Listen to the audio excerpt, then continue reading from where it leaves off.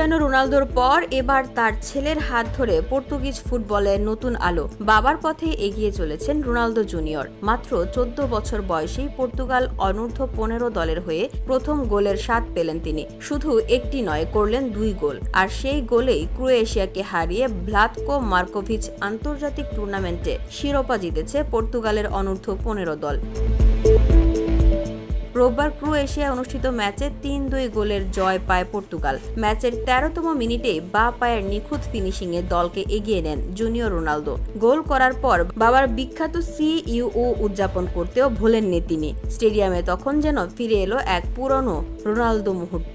নম্বর 7 jersey গায়ে খেলতে নামা এই তরুণ ফরওয়ার্ড প্রথমার্ধেই দ্বিতীয় গোলটি করেন মাথা দিয়ে, গোল লাইন থেকে কাছাকাছি দূরত্বে। এরপর 54তম মিনিটে তাকে তুলে নেওয়া হয় মাঠ থেকে। এই ম্যাচেই ছিল জাতীয় দলের হয়ে তার চতুর্থ ম্যাচ, আর তাতেই জোড়া গোল।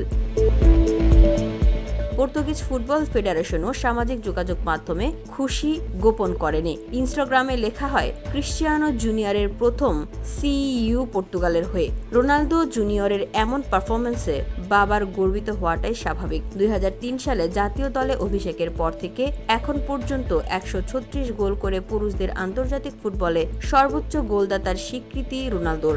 এখন হয়তো অপেক্ষা, ছেলেও কি পারবেন বাবার মতো ইতিহাস গড়তে? সময়ই দিবে সেই উত্তর। তবে শুরুটা তো দারুণ। VOD Bangla news desk.